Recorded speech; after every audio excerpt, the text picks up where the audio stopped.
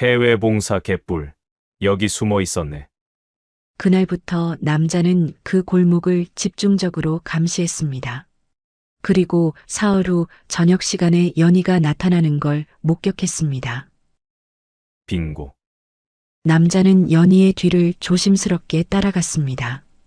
당신은 누군데 끼어들어요? 큰아들의 차가운 목소리가 좁은 골목에 울렸습니다. 이분은 제 할머니세요. 여기서 무슨 일이신데요? 청년의 목소리는 떨렸지만 단단했습니다. 가족? 당신이 뭔데 우리 어머니를 가족이라고 해요? 작은 아들이 비웃었습니다. 할머니가 저한테는 가족이에요. 그걸로 충분합니다. 그 순간 무릎을 꿇듯 주저앉으며 깨달았습니다. 지킨 건 회사였고 잃은 건 사람이었다는 것을요. 오늘의 사연 시작하겠습니다. 다 들어보신 후 괜찮으셨다면 어디서 듣고 계시는지 그리고 잘 들었다라는 댓글 하나 정도 남겨주실 거죠? 그럼 시작하겠습니다. 늦은 밤 골목길은 생각보다 훨씬 어두웠습니다. 가로등 하나가 깜빡이며 제 역할을 하지 못하고 있었죠. 서연이는 발걸음을 옮길 때마다 구두굽이 아스팔트를 찍어 누르는 소리에 신경이 곤두섰습니다. 그 소리가 유난히 크게 들렸던 건 아마도 뒤에서 따라오는 또 다른 발소리 때문이었을 겁니다. 처음에는 우연이라고 생각했습니다. 이 시간에 퇴근하는 사람이 자신만은 아니니까요. 하지만 걸음을 빠르게 하면 그 발소리도 빨라졌고 잠시 멈추면 그 발소리도 멈췄습니다. 등줄기로 식은땀이 흘러내렸죠. 심장이 빠르게 뛰기 시작했습니다. 침착하자 그냥 빨리 걸어가면 된다고 스스로를 다독이며 걸음을 재촉하려는 순간이었습니다. 갑자기 뒤에서 누군가가 빠르게 달려오는 소리가 들렸습니다. 숨소리까지 들릴 정도로 가까웠죠. 비명을 지르려던 찰나 한 청년이 연희의 팔을 붙잡았습니다. 할머니, 왜 이렇게 늦게 다녀요? 목소리는 다급했지만 어딘가 억지로 밝게 만든 것 같았습니다. 놀라서 뒤돌아본 연희를 보며 청년은 황급히 웃음을 지었습니다. 그 눈빛 속에는 간절함 같은 게 담겨 있었습니다. 놀라지 마세요. 제발 한 번만 제 할머니인 척 해주세요. 무슨 말인지 이해하기도 전에 등 뒤에서 따라오던 발소리가 멈췄습니다. 누군가 서 있는 기척이 느껴졌죠. 청년은 연희의 팔을 꼭 잡고 자연스럽게 웃으며 말했습니다. 할머니, 제가 모시러 온다니까 왜 혼자 나오셨어요? 등 뒤에 그림자가 잠시 망설이는 듯 하더니 결국 골목 끝으로 사라졌습니다. 청년은 그제야 안도한 표정을 지으며 연희의 팔을 여전히 붙잡은 채 걸었습니다. 조금만 더 가요. 제 집이 바로 여기예요. 낡은 철문을 열며 청년이 먼저 안으로 들어갔습니다. 연희는 멍하니 그 뒤를 따랐죠. 문을 닫는 소리가 유난히 크게 들렸습니다. 안에 들어가요. 밖은 위험해요. 그 손끝에 전해지는 온기가 묘했습니다. 너무나 낯설면서도 어딘가 익숙한 느낌이었죠. 아무 말 없이 그를 따라 좁은 계단을 내려가며 문득 이상한 생각이 들었습니다. 저 청년의 눈빛이 왜 그렇게 눈에 익을까요? 누구와 닮았는지는 명확하게 떠오르지 않았습니다. 하지만 가슴 한구석이 멍해지는 걸 느낄 수 있었습니다. 반지하 집은 생각보다 작았습니다. 원룸이라고 부르기엔 너무 좁았고 고시원이라고 하기엔 그래도 방 하나는 있었죠. 벽지는 곳곳이 벗겨져 있었고 천장 구석엔 습기로 인한 얼룩이 보였습니다. 청년은 신발을 벗으며 미안한 듯 웃었습니다. 좁고 지저분해서 죄송해요. 그래도 안에 들어가시는 게 나을 것 같아서요. 연희는 고개를 저었습니다. 청년의 배려에 감사했거든요. 그리고 무엇보다 이 공간이 낯설지 않았습니다. 오래전 자신이 살았던 곳과 비슷한 냄새가 났으니까요. 곰팡이 냄새와 라면, 국물 냄새, 그리고 오래된 이불 냄새가 뒤섞인 그 향기 말입니다. 앉으세요. 차라도 한 잔 드릴게요. 청년은 낡은 전기포트에 물을 받아 끓이기 시작했습니다. 연희는 작은 식탁 앞에 앉아 주변을 둘러봤습니다. 책상 위엔 편의점 유니폼이 걸려 있었고 그 옆엔 대학 교재 몇 권이 쌓여 있었죠. 벽에는 달력이 하나 붙어 있었는데 날짜마다 동그라미와 X 표시가 빼곡했습니다. 아르바이트 스케줄이에요. 요즘 일이 좀 많아서요. 청년이 연희의 시선을 따라 말했습니다. 물이 끓는 소리가 작은 방 안을 가득 채웠죠. 아까는 왜 그런 행동을 한 거예요? 연희가 조심스럽게 물었습니다.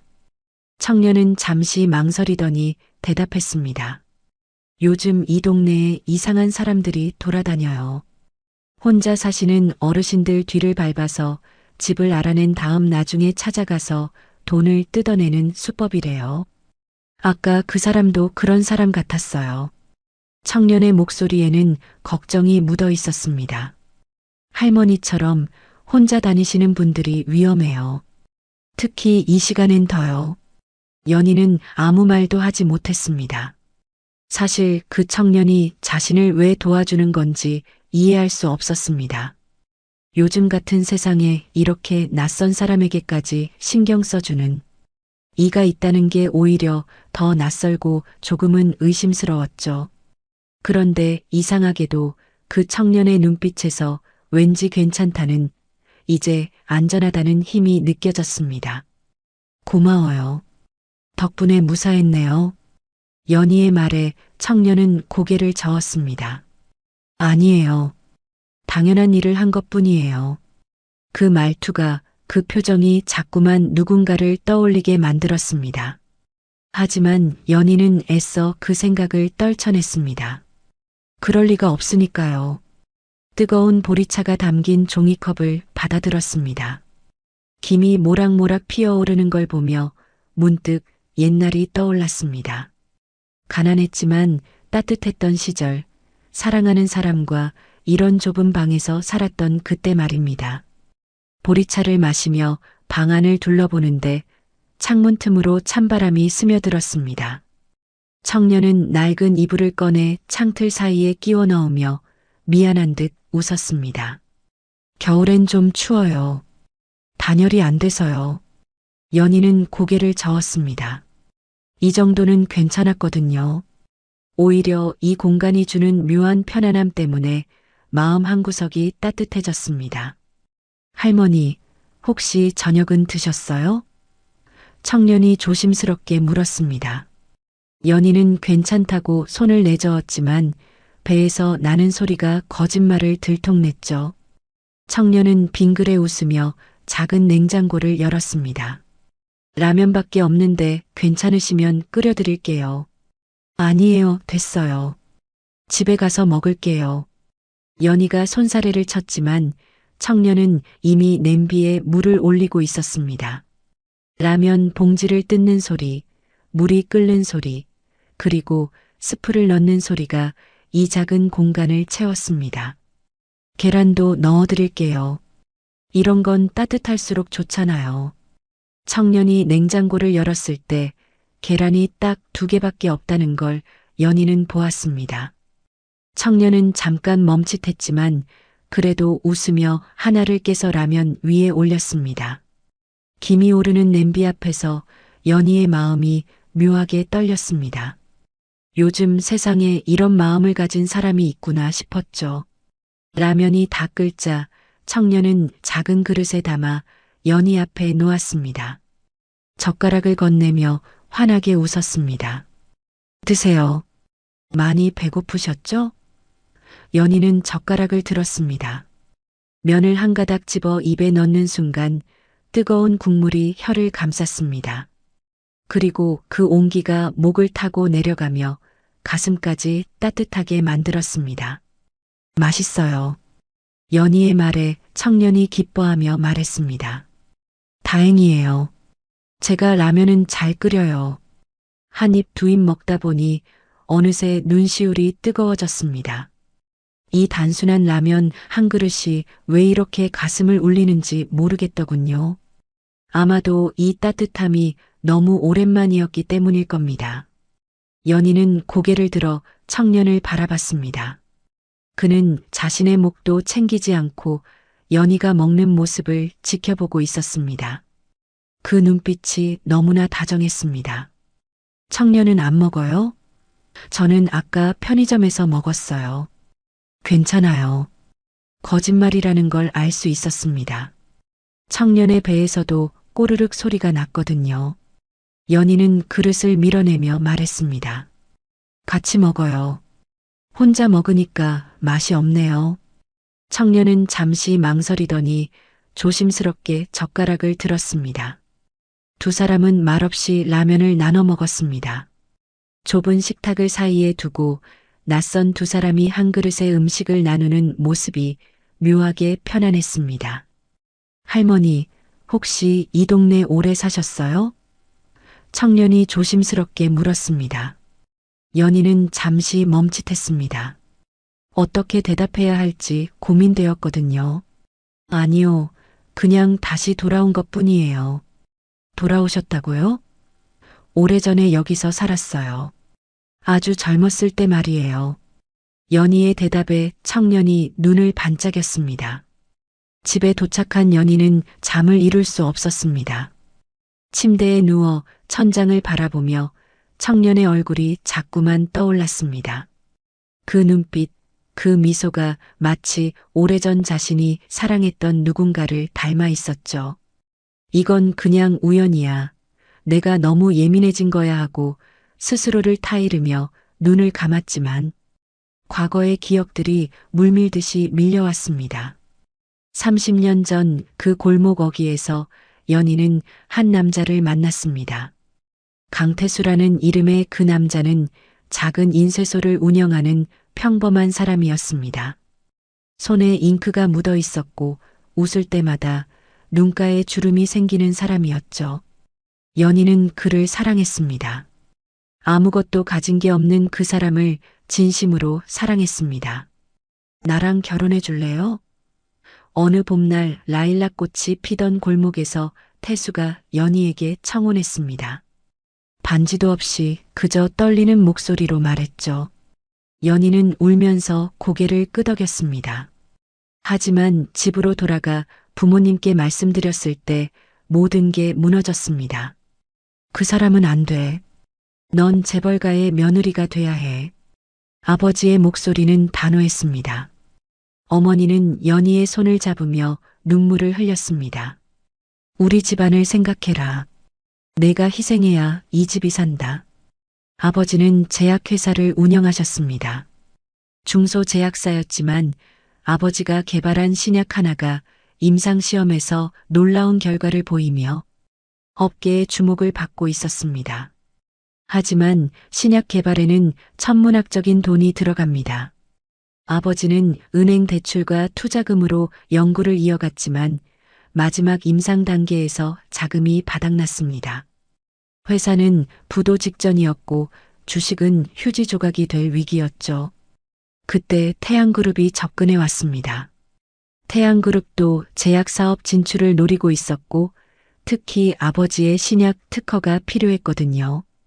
그 신약은 태양그룹이 진행 중이던 대형 병원 사업과 직결된 핵심 기술이었습니다. 협상 테이블에서 태양그룹 회장이 말했습니다. 회사를 인수하겠소. 개발비 전액 지원하고 사장님은 고문으로 모시겠소. 하지만 아버지는 고개를 저었습니다. 특허권은 제가 가지고 있습니다.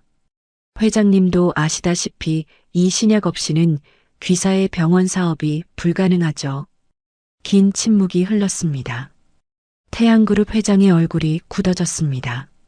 아버지가 조심스럽게 조건을 꺼냈습니다. 회사 인수는 반대입니다. 대신 공동개발로 가시죠.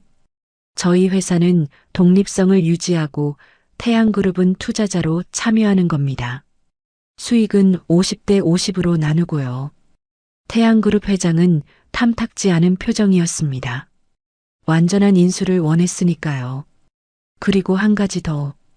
아버지가 덧붙였습니다. 제 딸을 회장님 아드님과 결혼시켜 주십시오.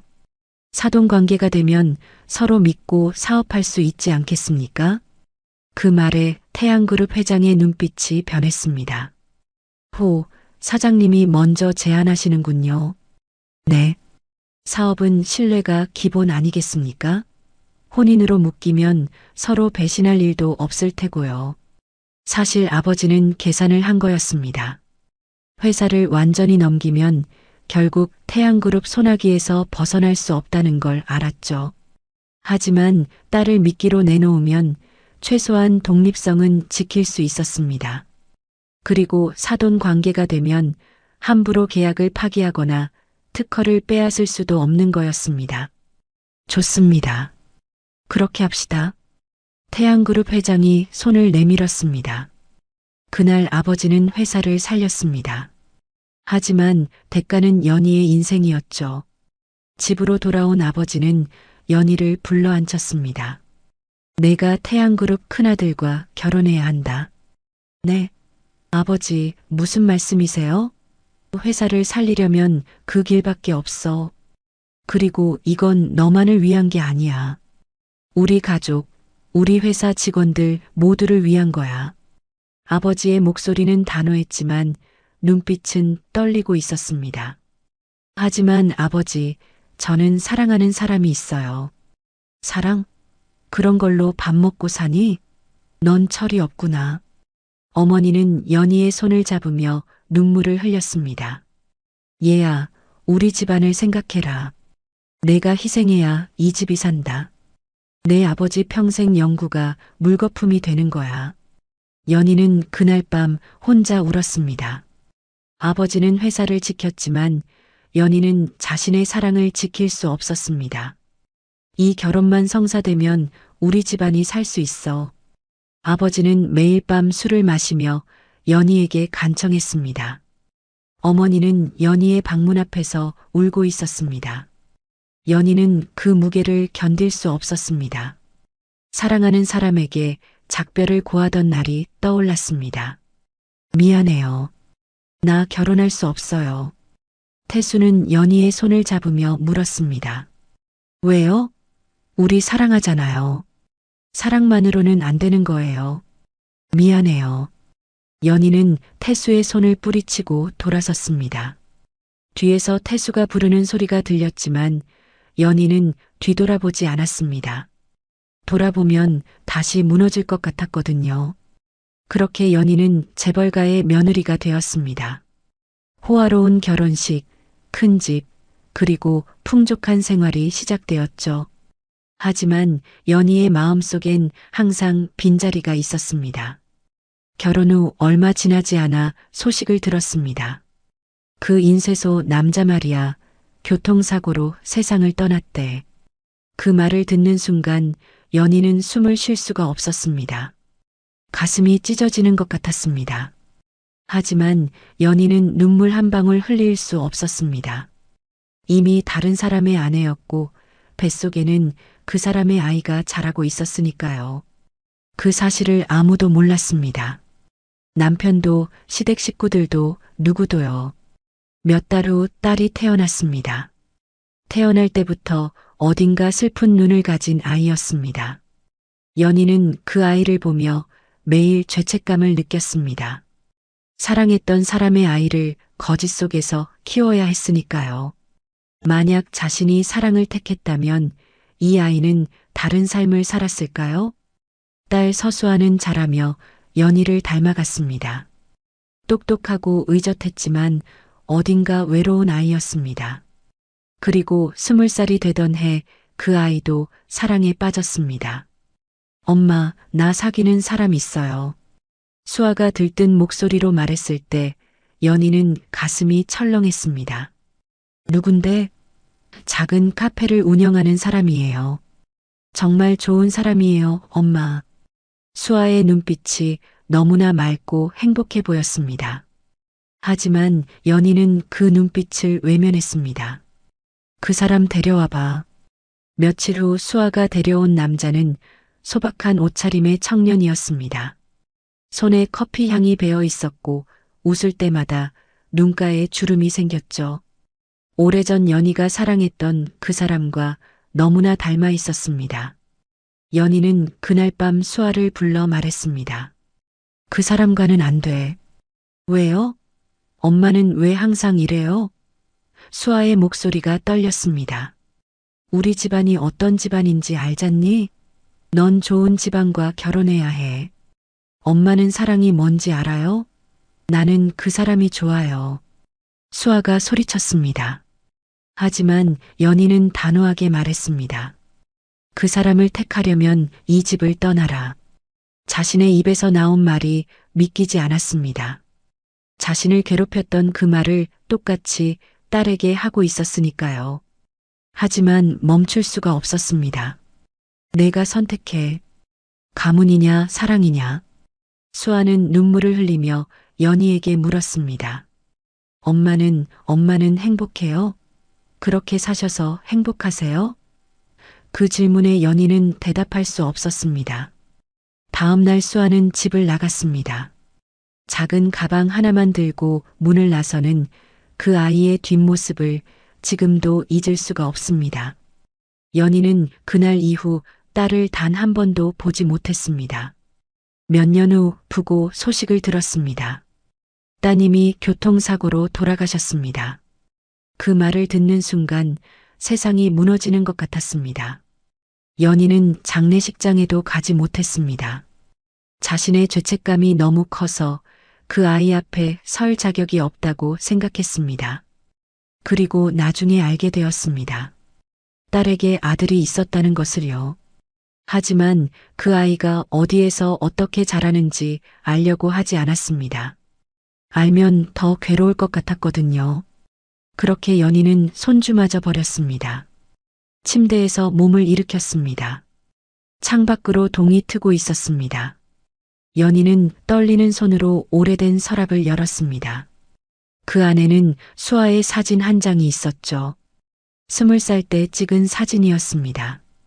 그 얼굴을 보는 순간 연희는 알 수 있었습니다. 어젯밤 만난 청년이 누구인지를요. 연희는 그날 이후 거의 매일 그 골목을 찾았습니다. 이유를 명확히 설명할 수는 없었습니다. 그저 그곳으로 가야만 할 것 같았죠. 강민준을 다시 보고 싶었던 걸까요? 아니면 과거의 흔적을 더 찾고 싶었던 걸까요? 어쩌면 둘 다였을지도 모릅니다. 골목 입구에 서 있을 때 저 멀리서 민준이 걸어오는 모습이 보였습니다. 편의점 유니폼을 입은 채 피곤한 얼굴로 걸어오고 있었습니다. 하지만 연희를 발견하자 환하게 웃었습니다. 할머니, 또 오셨어요? 응, 그냥 산책하다가. 민준이 가방을 내려놓으며 말했습니다. 조심히 다니셔야 해요. 요즘 이 동네가 안전하지 않다니까요. 너가 있어서 괜찮아. 연희의 대답에 민준이 부끄러운 듯 웃었습니다. 그 미소가 너무나 순수했습니다. 할머니, 저녁 드셨어요? 아직이야. 그럼 같이 드실래요? 오늘 편의점에서 도시락 하나 얻어왔거든요. 민준이 가방에서 도시락을 꺼내 보여줬습니다. 유통기한이 임박한 제품이었죠. 연희는 고개를 끄덕였습니다. 좋아, 같이 먹자. 민준의 작은 방으로 들어갔습니다. 이번엔 처음보다 덜 낯설었습니다. 오히려 편안함이 느껴졌죠. 민준은 도시락을 전자레인지에 데우며 말했습니다. 할머니는 어디 사세요? 이 동네 분은 아니시죠? 응, 좀 먼 곳에 살아. 가족은 있으세요? 그 질문에 연희는 잠시 멈칫했습니다. 가족이 있냐고요? 기술적으로는 있었습니다. 두 아들이 있었으니까요. 하지만 가족이라고 부를 수 있을까요? 있긴 한데 잘 안 맞아. 왜요? 복잡해서. 민주는 더 이상 묻지 않았습니다. 대신 따뜻한 도시락을 연희 앞에 놓으며 말했습니다. 저도 가족이 없어서 외로움이 뭔지 알아요. 할머니도 외로우시죠? 그 말에 가슴이 뜨끔했습니다. 외롭냐고요? 평생 사람들에 둘러싸여 살았지만 정말 외로웠던 것 같습니다. 그래, 외로워. 솔직하게 대답했습니다. 민준이 연희를 바라보며 미소 지었습니다. 그럼 자주 놀러 오세요. 저도 할머니 같은 분이 있으면 좋겠어요. 그 말이 너무나 따뜻했습니다. 눈시울이 뜨거워졌죠. 도시락을 먹으며 민준이 말했습니다. 내일부터 편의점 야간 근무 늘어나요. 한 달 동안은 밤에만 일할 것 같아요. 힘들겠구나. 괜찮아요. 돈 모아야 하거든요. 뭐 하려고? 민준이 잠시 망설이더니 대답했습니다. 카페 차리고 싶어요. 작은 카페요. 엄마가 좋아했던 라일락 꽃을 놓고 따뜻한 커피를 파는 곳이요. 라일락. 연희의 목소리가 떨렸습니다. 민주는 눈치채지 못하고 계속 말했습니다. 네, 엄마가 라일락을 정말 좋아했대요. 아빠한테 들었어요. 봄마다 라일락 향기를 맡으며 행복해했다고요. 가슴이 무너지는 것 같았습니다. 수아가 라일락을 좋아했던 건 연희도 알고 있었습니다. 어릴 때 집 정원에 있던 라일락 나무 아래에서 자주 놀았었죠. 그래, 좋은 꿈이구나. 간신히 대답했습니다. 며칠이 흘렀습니다. 연희는 거의 매일 그 골목을 찾았습니다. 민주는 늘 문 앞까지 배웅을 해줬습니다. 할머니, 조심히 가세요. 응, 너도 일 끝나고 조심히 들어가고. 네, 걱정 마세요. 그 미소에 묘한 따뜻함이 있었습니다. 마치 진짜 손주를 대하는 것 같은 느낌이었습니다. 하지만 연희는 아직 확신할 수 없었습니다. 그저 막연한 느낌일 뿐이었죠. 어느 날 민준에게서 연락이 왔습니다. 할머니, 제가 오늘 야근이라 집에 없을 거예요. 혹시 오실 거면 여분 열쇠 드릴게요. 편하실 것 같아서요. 연희는 감동했습니다. 이렇게까지 신경 써주는 사람이 있다니요. 이렇게까지 해도 돼? 당연하죠. 할머니는 제 가족 같은 분인걸요. 그 말에 가슴이 뜨거워졌습니다. 가족이라는 단어가 이렇게 따뜻하게 들린 적이 없었습니다. 다음 날 저녁 연희는 반찬을 들고 민준의 집을 찾았습니다. 민준은 아르바이트 때문에 집에 없었습니다. 열쇠로 문을 열고 조심스럽게 들어가 반찬통을 냉장고에 넣었습니다. 작은 방에 혼자 앉아 있으니 묘하게 평온했습니다. 이런 단순한 삶이 자신에게 이렇게 잘 맞을 줄은 몰랐습니다. 냉장고 문을 닫고 돌아서는데 책상 위에 놓인 액자가 눈에 들어왔습니다. 처음엔 그냥 지나칠까 했습니다. 하지만 발걸음이 저절로 그쪽으로 향했죠. 손이 떨렸습니다. 천천히 다가가 액자를 집어들었습니다. 사진 속엔 젊은 여자가 있었습니다. 20살쯤 되어 보이는 밝게 웃고 있는 여자였죠. 연희의 숨이 멎는 듯 했습니다. 수아였습니다. 자신이 내쫓았던 그리고 다시는 보지 못한 딸 서수아였습니다. 심장이 너무 빠르게 뛰어서 가슴이 아팠습니다. 다리에 힘이 풀려 의자에 주저앉았습니다. 액자를 두 손으로 꼭 붙잡았습니다. 사진 속 수아는 너무나 행복해 보였습니다. 연희가 본 적 없는 표정이었죠. 집에 있을 때는 한 번도 저렇게 밝게 웃지 않았었습니다. 얼마나 시간이 흘렀을까요? 문이 열리는 소리가 들렸습니다. 민준이 들어왔습니다. 할머니? 민준이 놀라서 물었습니다. 괜찮으세요? 얼굴이 새하얘지셨는데요. 연희는 떨리는 손으로 액자를 가리켰습니다. 이 사진 누구야? 민준이 사진을 보며 조용히 대답했습니다. 어릴 때 엄마예요. 20살도 안 됐을 때예요. 엄마가 돌아가셨다고 했지? 네, 제가 5살 때 교통사고로 돌아가셨어요. 아빠도 그 후 얼마 안 있어 떠나셨고요. 그 후에는요? 연희의 목소리가 떨렸습니다. 그 후에 전 보육원에서 지냈어요. 이 사진이 엄마의 유일한 사진이에요. 아빠가 늘 가지고 다니셨대요. 시설에 들어갈 때 유일하게 챙긴 게 이 사진이었어요. 연희는 더 이상 서 있을 수가 없었습니다. 의자에 주저앉으며 액자를 꽉 붙잡았습니다. 민준이 급히 물을 떠다 줬습니다.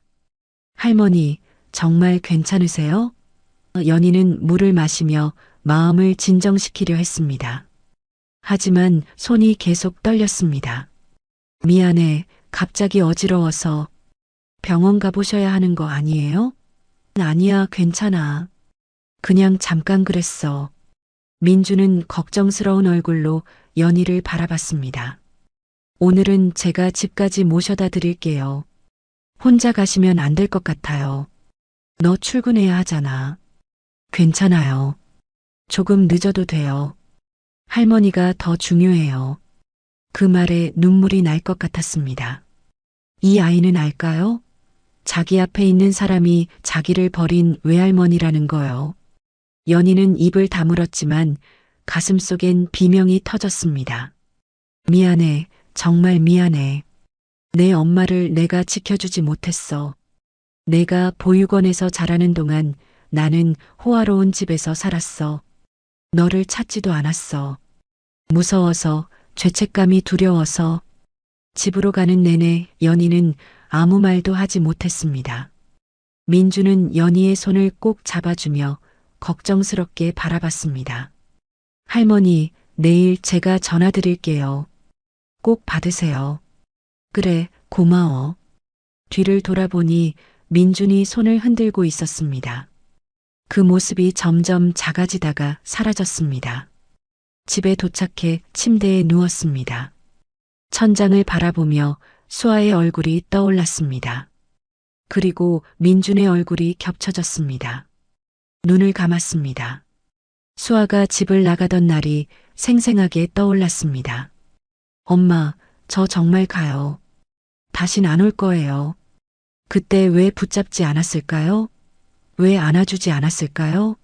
체면이 그렇게 중요했나요? 눈물이 흘러내렸습니다. 이제야 깨달았습니다. 피는 세월을 넘어 다시 돌아왔습니다. 연희가 버린 손주가 오히려 자신을 구해주었습니다. 낯선 할머니를 위해 자신의 계란을 나눠주고 위험에서 지켜주고 가족처럼 대해준 그 청년이 바로 자신의 외손자였습니다. 같은 시각 서울 강남의 태양그룹 본사 회의실에서는 긴급 임원 회의가 소집되어 있었습니다. 커다란 테이블을 사이에 두고 장남 서진우와 차남 서진혁이 마주 앉아 있었습니다.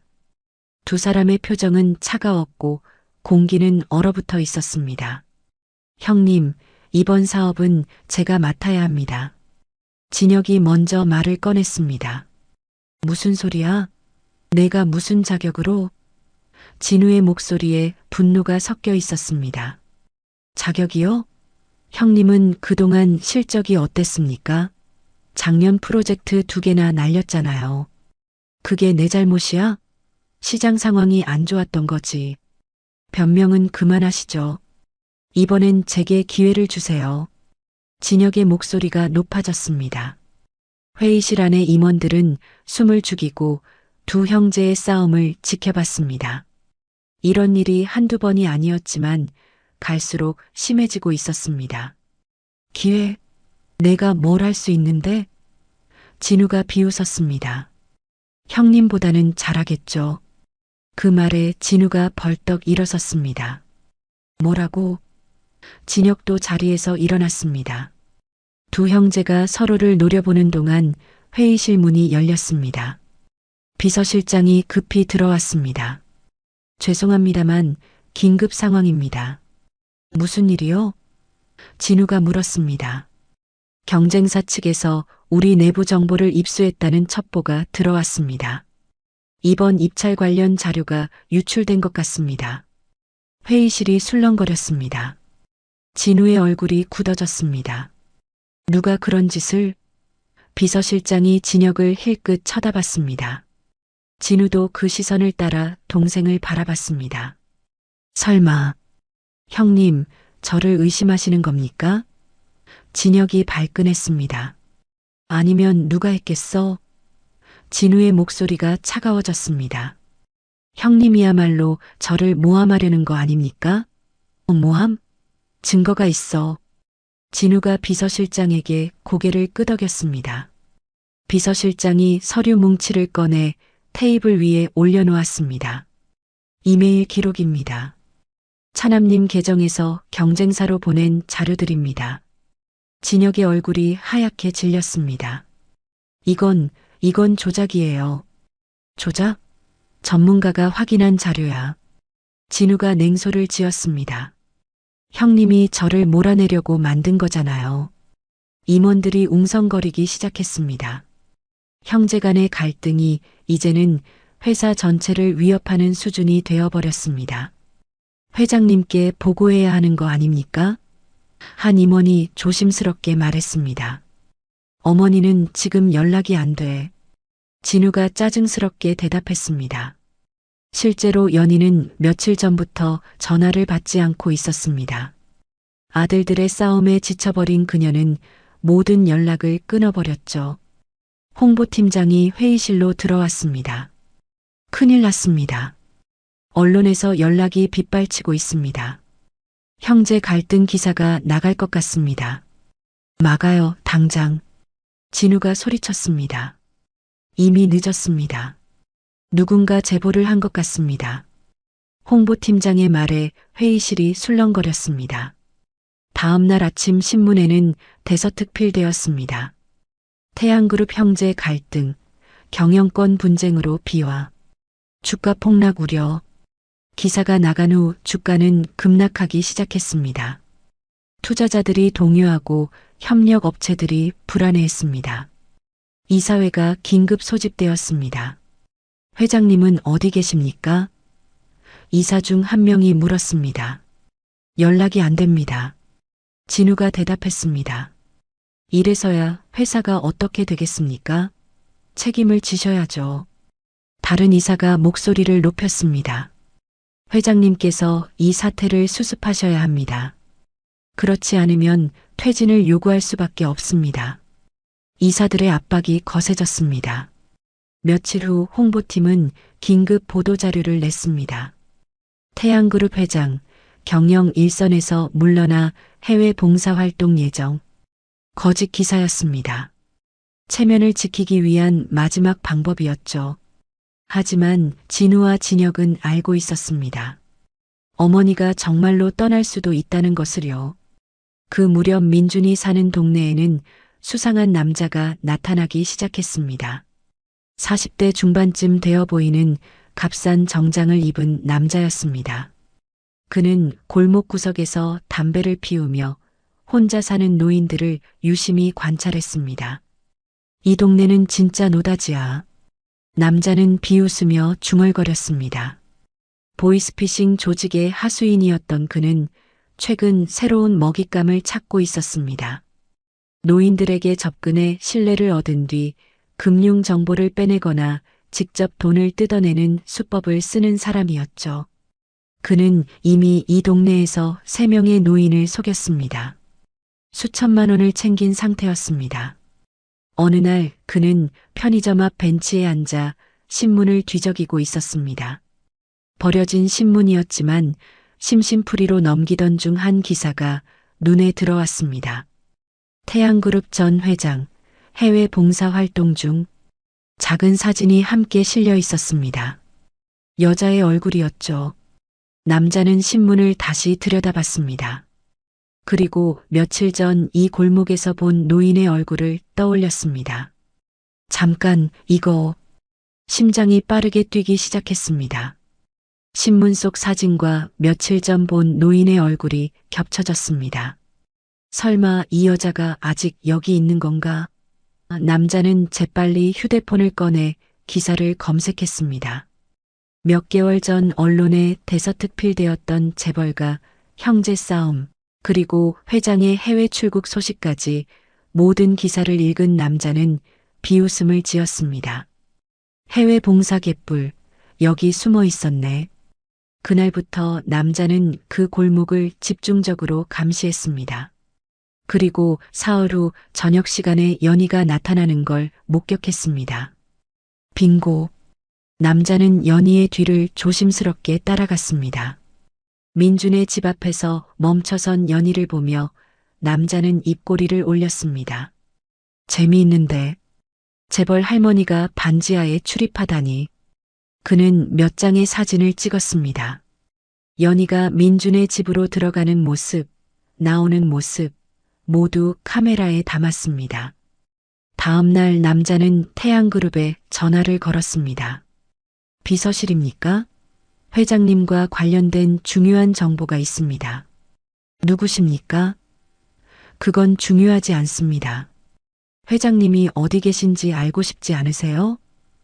그 말에 전화 너머가 조용해졌습니다. 잠시만 기다리십시오. 잠시 후 진우가 전화를 받았습니다. 저는 서진우입니다. 무슨 일입니까? 회장님을 찾고 계시죠? 그게 사실입니까? 물론입니다. 제가 직접 봤으니까요. 사진도 있습니다. 진우의 목소리가 긴장했습니다. 어디 계십니까? 그건 돈을 받아야 말씀드릴 수 있죠. 3억이면 됩니다. 3억이요? 네, 회장님 위치와 사진 전부 드리겠습니다. 싸죠? 이 정보의 가치를 생각하면요. 진우는 잠시 고민했습니다. 하지만 선택의 여지가 없었습니다. 어머니를 찾아야 했으니까요. 좋습니다. 내일 만나죠. 현명한 선택이십니다. 전화를 끊은 진우는 즉시 진혁에게 연락했습니다. 야, 어머니 찾았다. 어디 계셔? 말하면 놀랄 거야. 변두리 반지하 동네라고. 뭐? 어머니가 왜 거기에? 모르지. 이제 모셔와야 해. 주주총회 앞두고 있는데 어머니 없으면 우리 끝장이야. 두 아들은 처음으로 의견을 같이 했습니다. 어머니를 찾아 모셔오기로요. 서로를 증오했지만 회사가 무너지는 건 원하지 않았습니다. 그들에게 태양그룹은 존재의 이유였으니까요. 며칠 후 협박범과 진우가 만났습니다. 조용한 카페에서 남자는 봉투를 건넸습니다. 여기 사진들과 주소가 다 들어 있습니다. 진우는 봉투를 열어 사진들을 확인했습니다. 어머니가 좁은 골목을 걷는 모습, 낡은 철문 앞에 서 있는 모습, 그리고 한 청년과 함께 있는 모습까지. 이게 정말 우리 어머니입니까? 진우의 목소리가 떨렸습니다. 믿을 수 없었습니다. 태양그룹 회장이 이런 곳에 있다니요. 네, 확실합니다. 거의 매일 그 집을 드나들더군요. 저 청년과 뭔가 관계가 있는 것 같습니다. 남자가 비웃으며 말했습니다. 진우는 계좌번호를 받아 적고 즉시 돈을 이체했습니다. 3억 원이 순식간에 남자의 계좌로 들어갔습니다. 고맙습니다. 앞으로도 필요하시면 연락 주세요. 남자는 만족스럽게 웃으며 자리를 떠났습니다. 진우는 사진을 보며 이를 악물었습니다. 형제끼리 싸우는 동안 어머니는 이런 곳에 숨어 있었습니다. 진혁에게 사진을 보냈습니다. 곧 전화가 걸려왔습니다. 형님, 이게 정말입니까? 내 눈으로도 믿기지 않아. 하지만 사실이야. 당장 모셔와야 합니다. 다음 날 저녁 검은 승합차 2대가 골목 입구에 멈춰섰습니다. 진우와 진혁이 내렸고 그 뒤로 경호원 4명이 따라왔습니다. 검은 양복을 입은 그들은 좁은 골목에서 유난히 눈에 띄었습니다.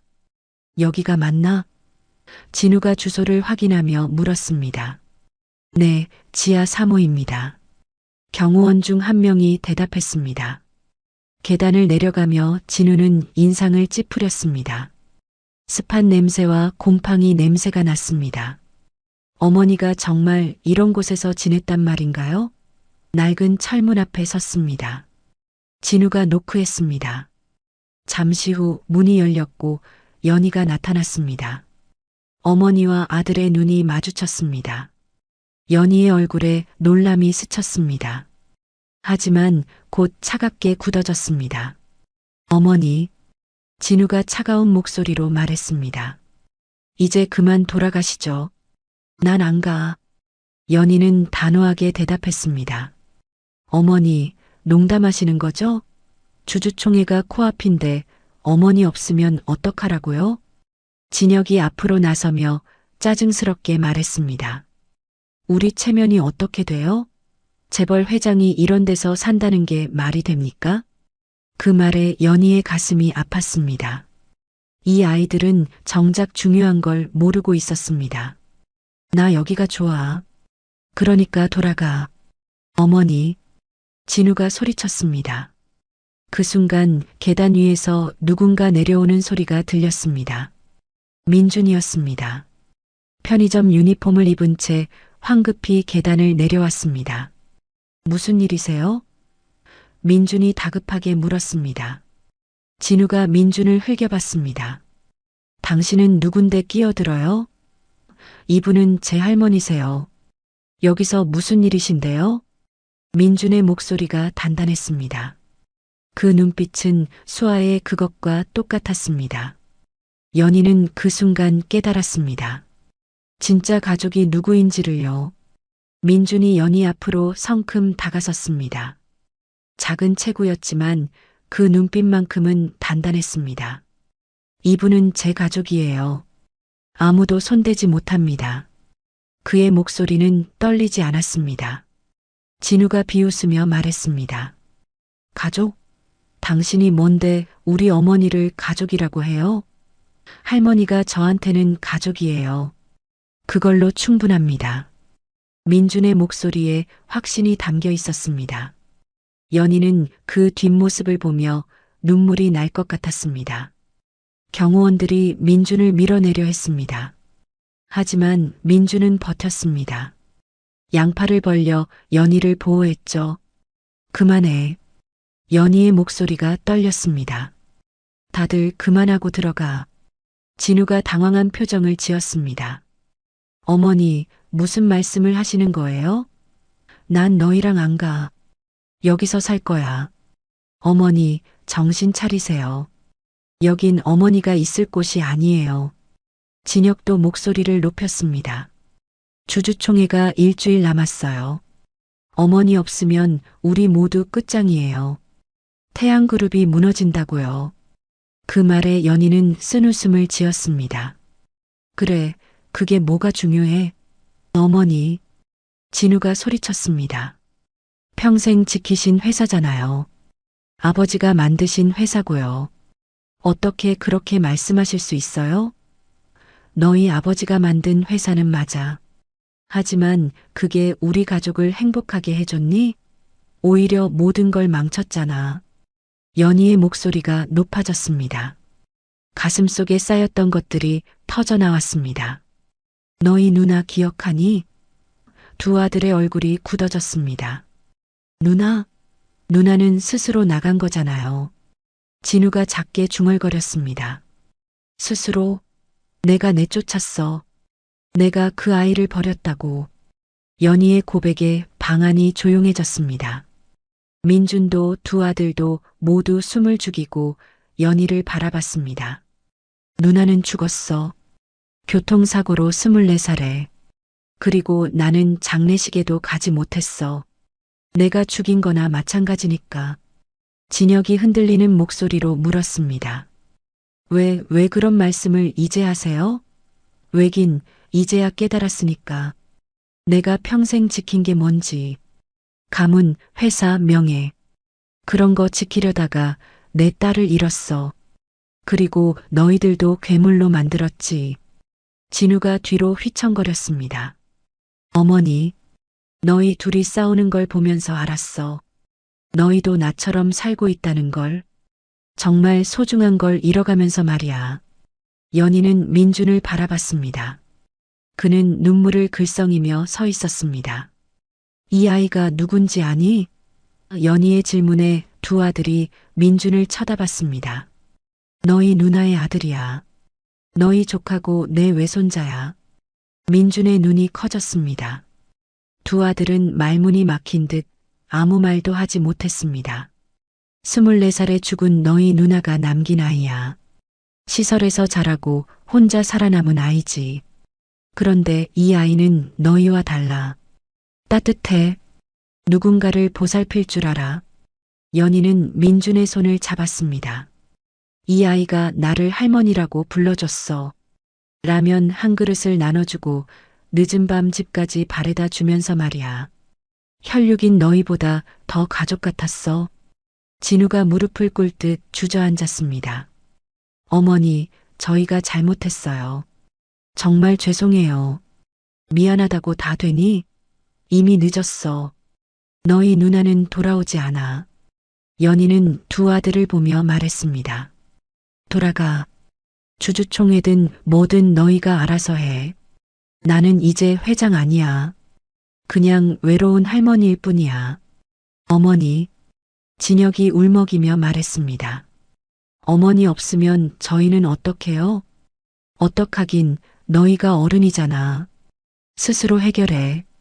연희는 민준을 돌아봤습니다. 그는 여전히 멍하니 연희를 바라보고 있었습니다. 어서들 돌아가. 문을 닫으려는 순간 진우가 말했습니다.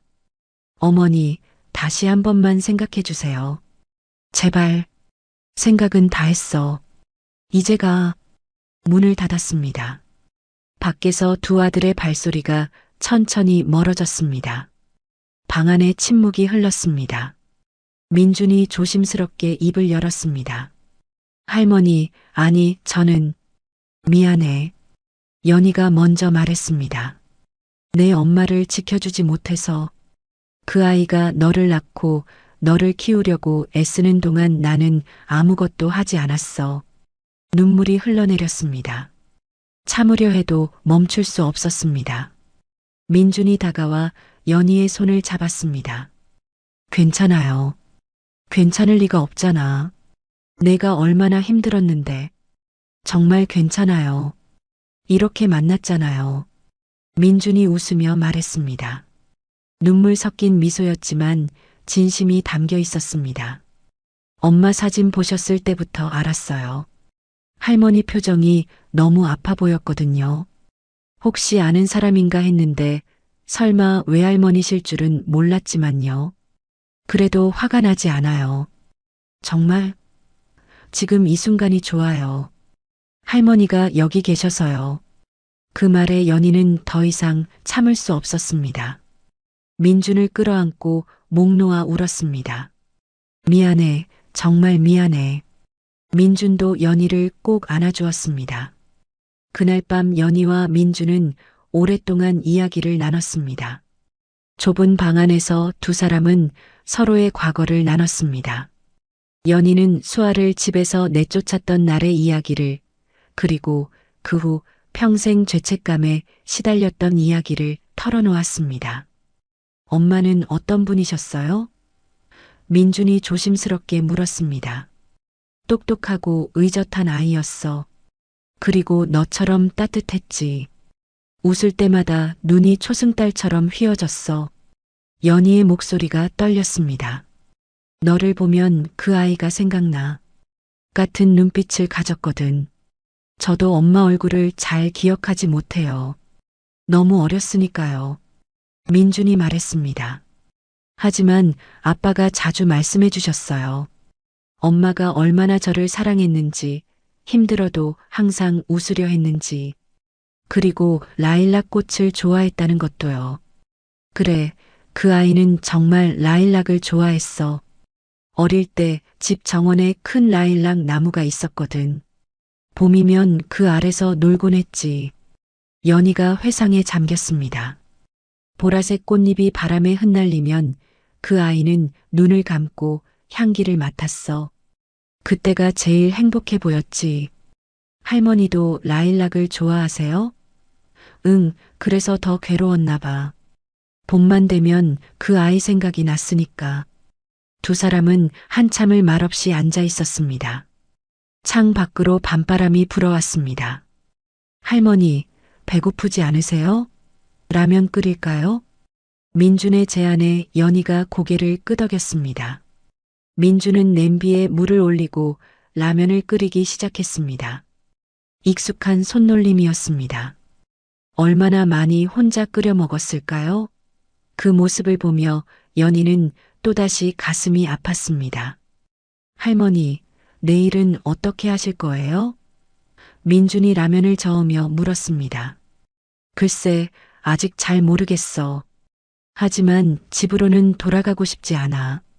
그럼 여기 계세요. 제가 모실게요. 너한테 폐가 되잖아. 아니에요. 오히려 제가 좋아요. 평생 혼자였는데 가족이 생긴 것 같아서요. 민준이 환하게 웃었습니다. 그 웃음에 연희도 따라 웃었습니다. 라면을 나눠 먹으며 연희는 생각했습니다. 이렇게 단순한 행복이 있었다는 것을요. 다음 날 아침 연희는 강남 집으로 돌아갔습니다. 짐을 정리하기 위해서였습니다. 현관문을 열고 들어선 순간 알 수 있었습니다. 이곳은 더 이상 자신의 집이 아니라는 것을요. 넓은 거실, 화려한 가구, 값비싼 그림들, 모든 게 낯설게 느껴졌습니다. 침실로 들어가 옷장을 열었습니다. 명품 옷들이 가득했습니다. 하지만 이 옷들을 입고 행복했던 적이 있었나요? 연희는 간단한 옷 몇 벌만 가방에 넣었습니다. 그리고 서랍을 열어 수아의 사진을 꺼냈습니다.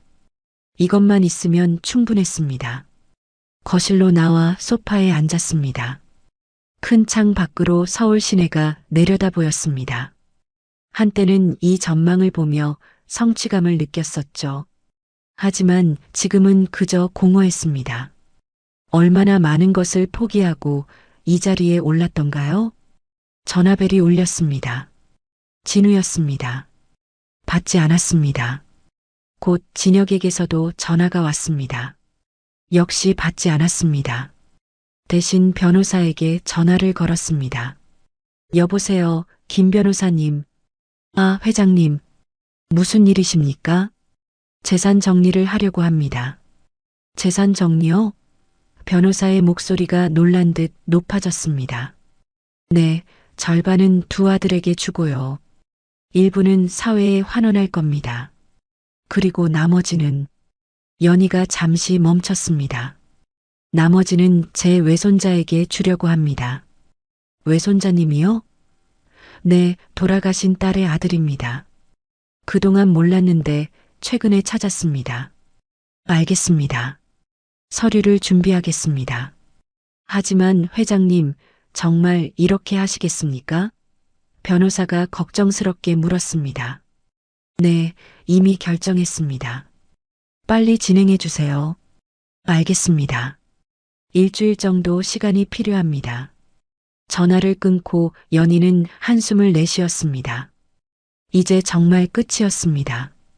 태양그룹 회장으로서의 삶이 끝나고 새로운 삶이 시작되는 것이죠. 가방을 들고 집을 나섰습니다. 돌아보지 않았습니다. 뒤돌아보면 미련이 생길 것 같았으니까요. 택시를 타고 그 골목으로 향했습니다. 하지만 민준의 집이 아닌 다른 곳으로 갔습니다. 골목 입구에 있는 작은 여관이었습니다. 방 하나 주세요. 장기로 묵을 겁니다. 여관 주인이 연희를 위아래로 훑어봤습니다. 장기면 한 달에 60만 원인데요. 괜찮습니다. 연희가 신용카드를 내밀었습니다. 주인은 의아한 표정을 지었지만 결제를 진행했습니다. 2층 구석방이었습니다. 작은 방 안에는 침대 하나, 낡은 옷장 하나, 그리고 작은 책상이 전부였습니다. 창문은 골목이 내려다 보였죠. 연희는 가방을 내려놓고 침대에 앉았습니다. 이상하게도 마음이 편안했습니다. 강남의 호화로운 침실보다 이 작은 방이 더 따뜻하게 느껴졌습니다. 창문을 열자 찬바람이 들어왔습니다. 하지만 춥지 않았습니다. 민준에게 문자를 보냈습니다. 근처 여관으로 이사했어. 자주 놀러 갈게. 곧 답장이 왔습니다. 할머니, 괜찮으세요? 제 집에 계셔도 되는데요. 연희는 미소를 지으며 답장했습니다. 괜찮아. 너무 패 끼치고 싶지 않아. 대신 저녁은 자주 같이 먹자. 그날 저녁 민준이 여관으로 찾아왔습니다. 손에 도시락 2개를 들고 있었습니다. 할머니, 저녁 가져왔어요. 고마워. 두 사람은 작은 책상을 사이에 두고 도시락을 먹었습니다. 할머니, 정말 괜찮으세요? 민준이 걱정스럽게 물었습니다. 응, 오히려 더 좋아. 여기가 편해. 그래도 너무 불편하실 것 같은데요. 너도 불편한 곳에서 사는데 나라고 못 살겠어? 연희가 웃으며 말했습니다. 민준도 따라 웃었습니다. 그렇긴 하네요. 민준아, 너 카페는 언제 열 거니? 글쎄요, 아직 돈이 좀 더 필요해서요. 1년쯤 더 모아야 할 것 같아요. 그래, 천천히 준비해. 급할 것 없어. 연희가 민준의 손을 꼭 잡았습니다. 할머니가 옆에 있을게. 민준의 눈에 눈물이 맺혔습니다. 감사해요, 할머니. 평생 혼자였는데 이제 가족이 생긴 것 같아요. 나도 그래. 너 덕분에 다시 살아가는 것 같아. 두 사람은 한참을 손을 잡고 있었습니다. 며칠 후 변호사에게서 연락이 왔습니다. 회장님, 서류가 준비됐습니다. 언제 오시겠습니까? 내일 오전에 갈게요. 다음 날 연희는 변호사 사무실을 찾았습니다. 서류들이 책상 위에 놓여 있었습니다. 여기 서명하시면 됩니다. 변호사가 서류를 가리켰습니다. 연희는 하나하나 확인하며 서명했습니다. 재산의 절반은 진우와 진혁에게, 30%는 각종 자선단체에, 그리고 20%는 민준에게 가는 것으로 정리되었습니다. 회장님, 정말 후회 없으시겠습니까? 변호사가 마지막으로 확인했습니다. 네, 후회 없습니다. 이게 맞는 것 같아요. 알겠습니다. 처리하겠습니다. 사무실을 나오며 연희는 홀가분함을 느꼈습니다. 이제 정말 자유로워진 것 같았습니다. 일주일 후 민준에게서 전화가 왔습니다. 목소리가 침울했습니다. 할머니, 지금 시간 괜찮으세요? 그럼 무슨 일이니? 카페 계약이 깨졌어요. 연희는 가슴이 철렁했습니다. 무슨 소리야? 계약금까지 냈었잖아. 건물주가 갑자기 마음을 바꿨대요. 다른 사람이 훨씬 높은 금액을 제시했다고. 보증금은 돌려주겠대요. 민준의 목소리가 떨렸습니다. 1년을 준비했는데 다 물거품이 됐어요. 할머니, 저 어떡하죠? 걱정하지 마. 내가 알아볼게. 연희는 전화를 끊고 즉시 변호사에게 전화했습니다. 김 변호사님, 강민준이라는 청년이 계약한 건물 건물주 연락처 좀 알아봐 주세요. 무슨 일이십니까? 설명은 나중에 할게요. 빨리 부탁드립니다. 1시간 후 변호사에게서 연락이 왔습니다. 회장님, 이상합니다. 건물주가 갑자기 계약을 파기했는데 누군가 압력을 넣은 것 같습니다. 제가 알아본 바로는 태양그룹 쪽에서 접촉했다고 하더군요. 연희는 이를 악물었습니다. 역시 아들들이었습니다. 알겠습니다. 고맙습니다. 전화를 끊고 연희는 옷을 갈아입었습니다. 1년 만에 다시 그곳으로 가야 했습니다. 택시를 타고 강남 태양그룹 본사로 향했습니다. 빌딩 앞에 서니 묘한 기분이 들었습니다. 한때는 자신의 왕국이었던 곳인데 이제는 낯설게만 느껴졌습니다. 로비에 들어서자 직원들이 놀란 표정으로 연희를 바라봤습니다. 회장님, 이사님, 여기저기서 인사가 쏟아졌습니다. 하지만 연희는 고개만 끄덕이고 엘리베이터로 향했습니다. 내 아들들 어디 있어? 비서에게 물었습니다. 회의실에 계십니다. 엘리베이터를 타고 최상층으로 올라갔습니다. 익숙한 복도를 걸어 회의실 문 앞에 섰습니다. 노크도 하지 않고 문을 벌컥 열었습니다. 진우와 진혁이 서류를 보고 있다가 깜짝 놀라 고개를 들었습니다. 어머니, 진우가 놀라서 일어났습니다. 너희가 한 거지? 연희의 목소리가 차가웠습니다. 뭘 말씀하시는 거예요? 진우가 시치미를 뗐습니다. 그 카페 건물주한테 압력 넣은 거 너희지? 침묵이 흘렀습니다. 진혁이 고개를 돌렸습니다. 어머니가 저런 데 계시면 안 되잖아요. 체면이 말이 아니에요. 체면? 아직도 그 소리야? 연희는 책상을 탁 쳤습니다. 그 아이가 뭘 잘못했는데 자기 힘으로 살아남으려는 건데. 어머니, 진정하세요. 진우가 말했습니다. 우린 어머니를 위해서, 나를 위해서? 거짓말하지 마. 너희 체면을 위해서지. 연희의 목소리가 높아졌습니다. 진우가 자리에서 일어났습니다. 맞아요. 우리 체면도 있어요. 태양그룹 회장이 변두리 반지하를 드나든다는 게 말이 돼요? 주가가 얼마나 떨어졌는지 아세요? 투자자들이 불안해하고 있어요. 협력 업체들도 마찬가지고요. 진우의 목소리가 높아졌습니다. 주가가 뭐가 중요해? 중요하죠. 직원들 생각은 안 하세요? 협력 업체는요? 다들 불안해하고 있어요. 그래서 한 청년의 꿈을 망쳐도 된다는 거니? 연희가 소리쳤습니다. 꿈이요? 어머니, 현실을 보세요. 그 애는 그냥 평범한 아르바이트생이에요. 어머니와는 다른 세계 사람이고요. 진혁이 차갑게 말했습니다. 다른 세계? 그 애가 너희 조카야. 피부치라고. 형식적으론 그렇죠. 진혁이 어깨를 으쓱했습니다.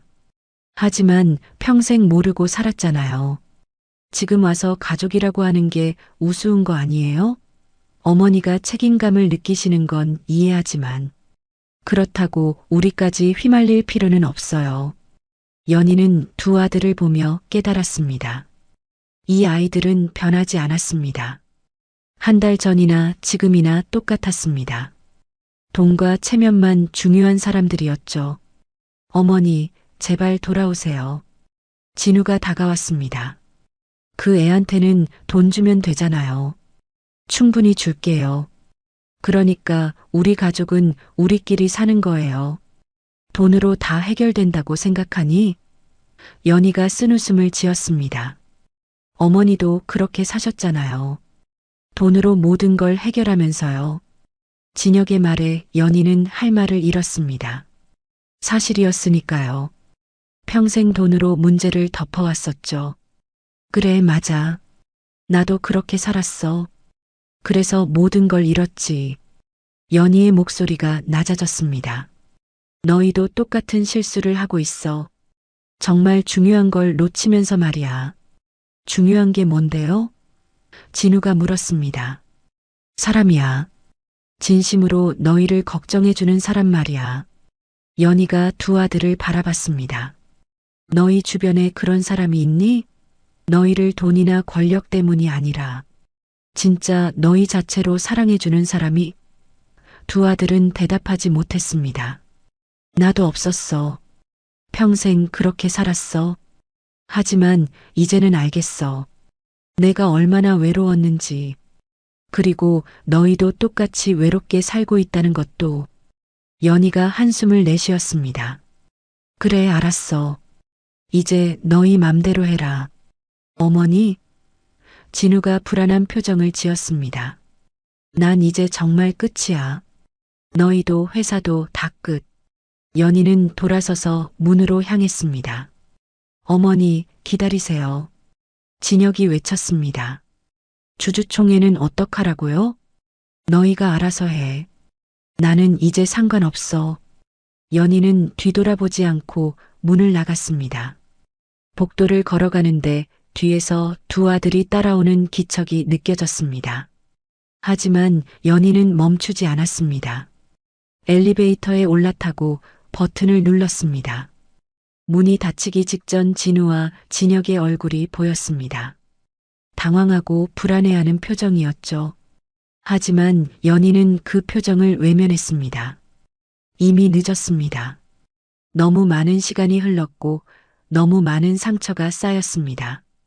로비로 내려와 빌딩을 나섰습니다. 찬바람이 얼굴을 스쳤습니다.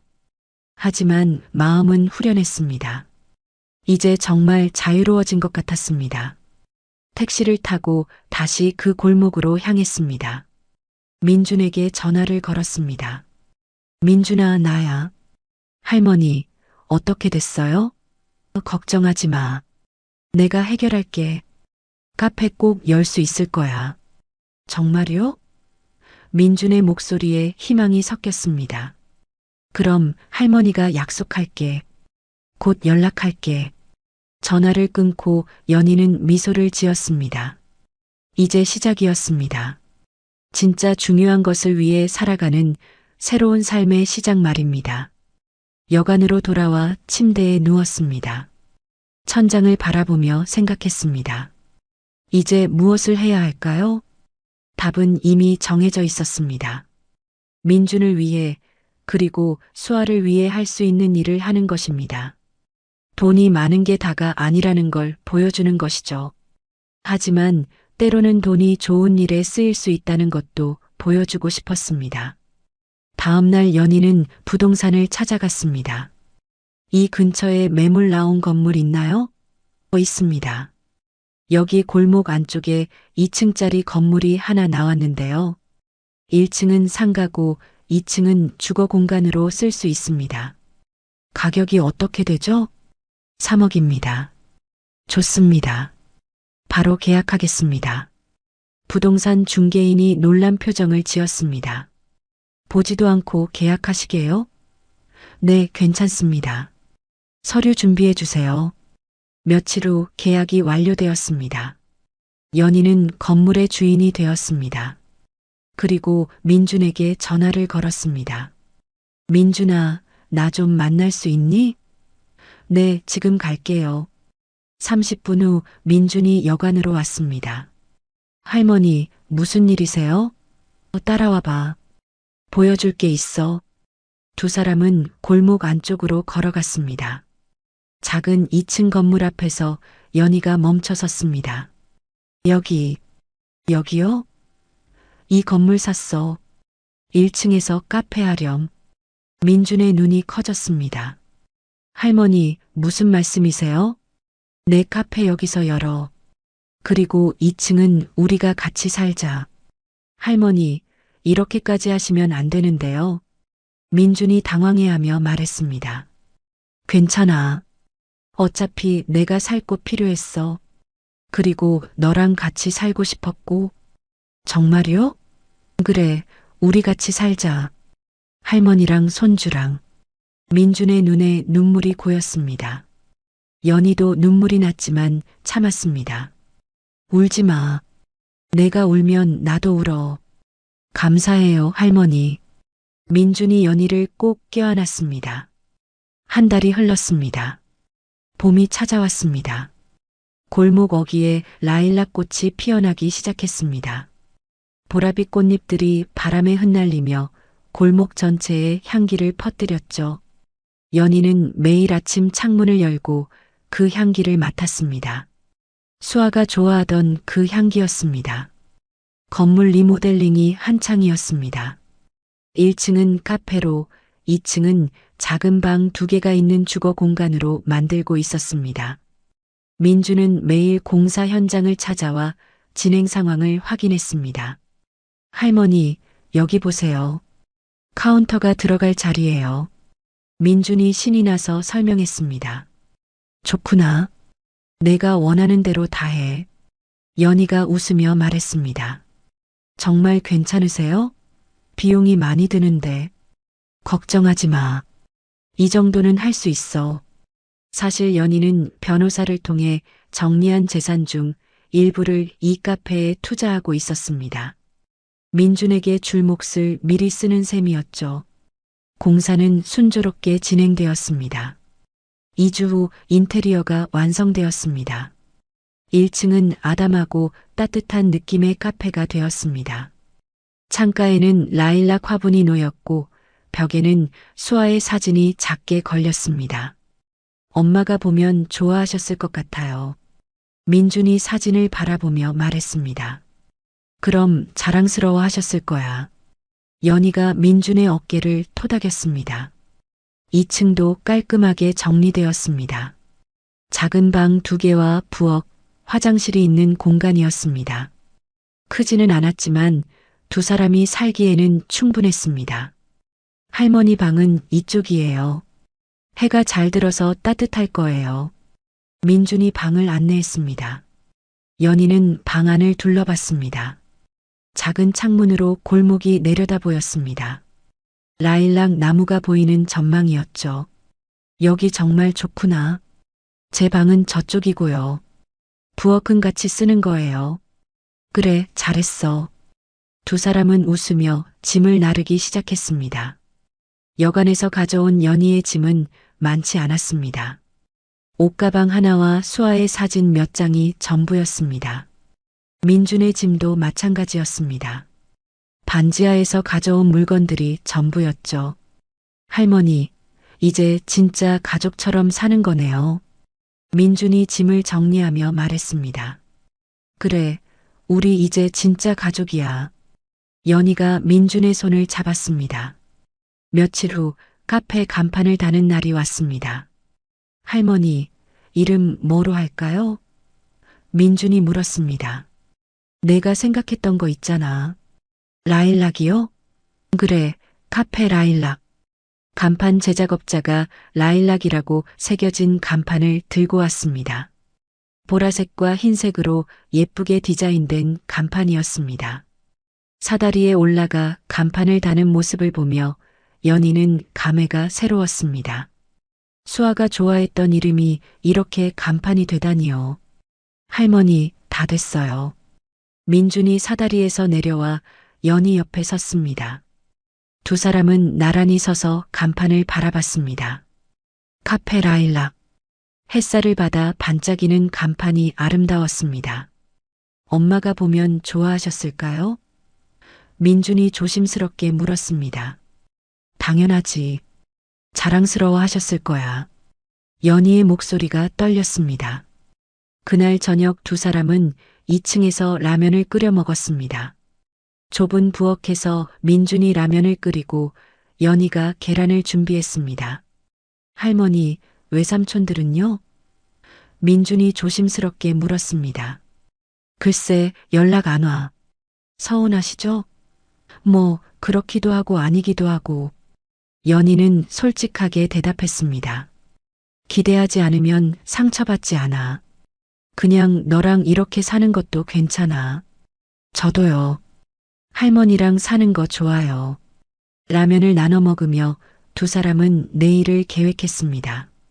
오픈은 다음 주로 정했습니다. 민주는 메뉴를 준비하고 연희는 홍보를 도울 예정이었습니다. 동네 어르신들한테 전단지 돌리면 되겠죠? 민준이 말했습니다. 그래, 좋은 생각이야. 며칠 후 경찰에서 연락이 왔습니다. 몇 달 전 골목에서 연희를 미행했던 남자가 체포되었다는 소식이었습니다. 편의점 CCTV 영상 덕분이었습니다.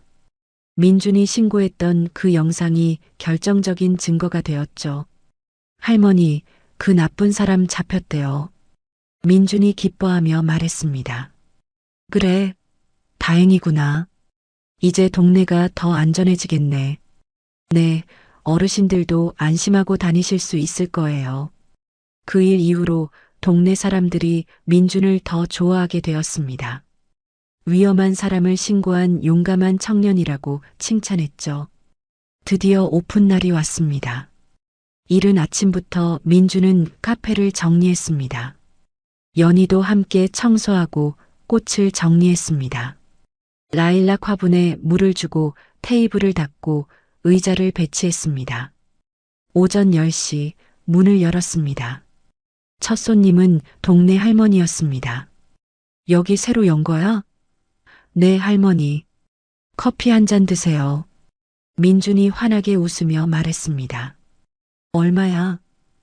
오늘은 오픈 기념으로 무료예요. 그래, 고맙구나. 할머니가 자리에 앉았습니다. 민주는 정성껏 커피를 내렸습니다. 부드러운 라떼를 만들어 할머니 앞에 놓았습니다. 맛있게 드세요. 할머니가 한 모금 마시고는 고개를 끄덕였습니다. 맛있네. 자주 올게. 그 모습을 보며 연희는 미소 지었습니다.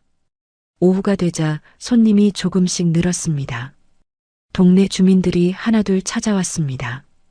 여기 분위기 좋네요. 커피 맛있어요. 칭찬이 이어졌습니다. 민주는 바쁘게 움직였지만 행복해 보였습니다. 자신의 꿈을 이룬 표정이었죠. 저녁이 되어 문을 닫았습니다. 할머니, 오늘 손님이 생각보다 많이 왔어요. 민준이 신이 나서 말했습니다. 그래, 잘 됐구나. 앞으로 더 잘 될 거야. 다 할머니 덕분이에요. 아니야, 내가 잘해서 그래. 두 사람은 2층으로 올라갔습니다. 민준이 간단한 저녁을 준비하고 연희는 테이블을 차렸습니다. 밥을 먹으며 민준이 말했습니다. 할머니, 외삼촌들한테 연락해 보시는 게 어때요? 왜 갑자기? 그래도 가족이잖아요. 연희는 잠시 생각했습니다. 글쎄, 아직은 때가 아닌 것 같아. 그 아이들도 시간이 필요할 거야. 그래도 언젠가는 화해하실 수 있으면 좋겠어요. 그래, 나도 그랬으면 좋겠구나. 연희가 민준의 손을 꼭 잡았습니다. 밤이 깊어졌습니다. 연희는 창가에 서서 골목을 내려다봤습니다. 라일락 나무가 달빛을 받아 아름답게 빛나고 있었습니다. 30년 전 이 골목에서 사랑을 했고 딸을 잃었고 그리고 이제 손주를 찾았습니다.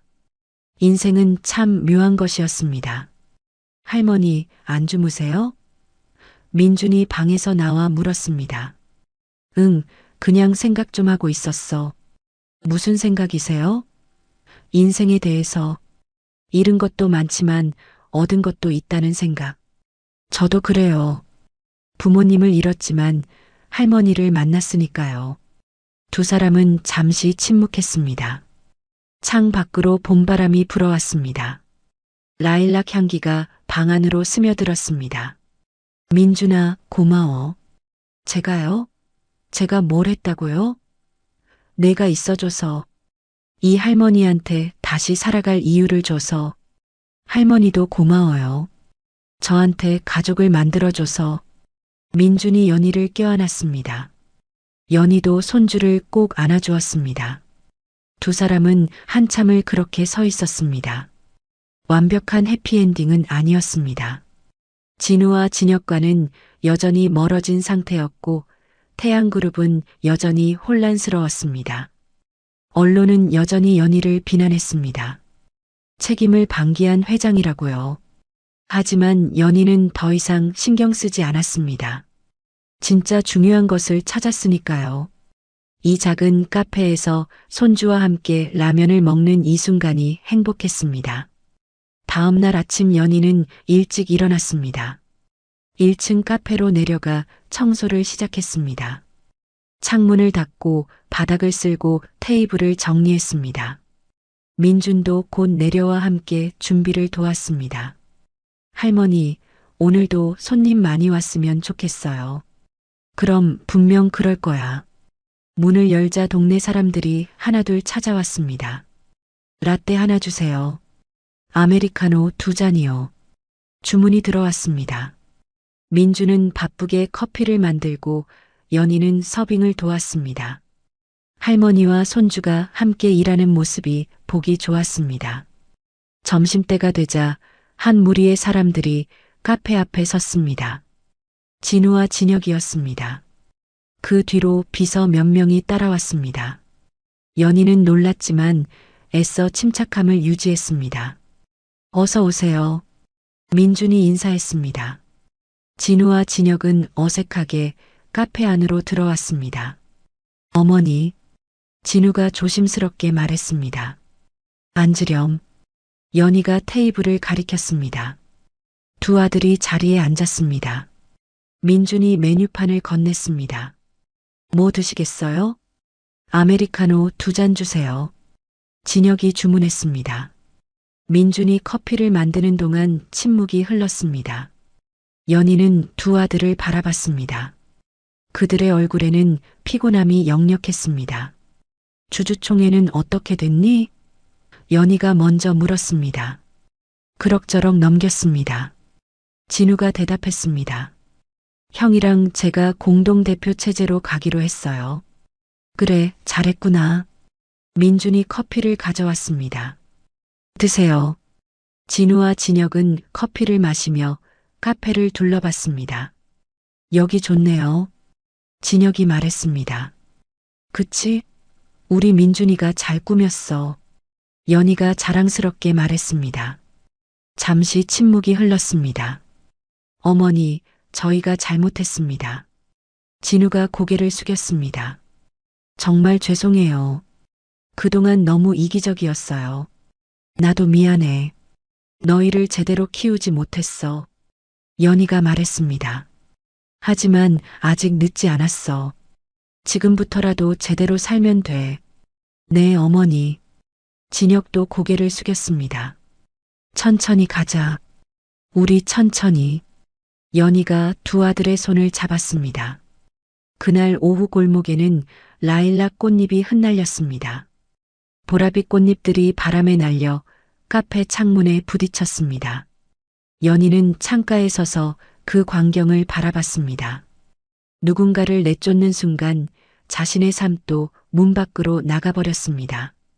하지만 누군가의 손을 잡는 순간 인생은 다시 집으로 돌아왔습니다. 완벽한 해피엔딩은 아니었습니다. 수아는 돌아오지 않았고 과거의 상처는 여전히 아팠습니다. 하지만 오늘 밤 라일락 향기 속에서 누군가의 손을 잡고 있었습니다. 그 사실이면 충분했습니다. 봄은 다시 왔고 연희의 죄는 아직 용서받지 못했지만 속죄할 기회를 얻었습니다. 라일락 향기가 골목을 가득 채우며 새로운 시작을 알렸습니다. 오늘의 사연은 여기까지입니다. 혹시 끝까지 들어주신 분이 계시다면 구독과 좋아요, 그리고 댓글로 잘 들었어요 라는 한마디면 제게 큰 힘이 됩니다. 감사합니다.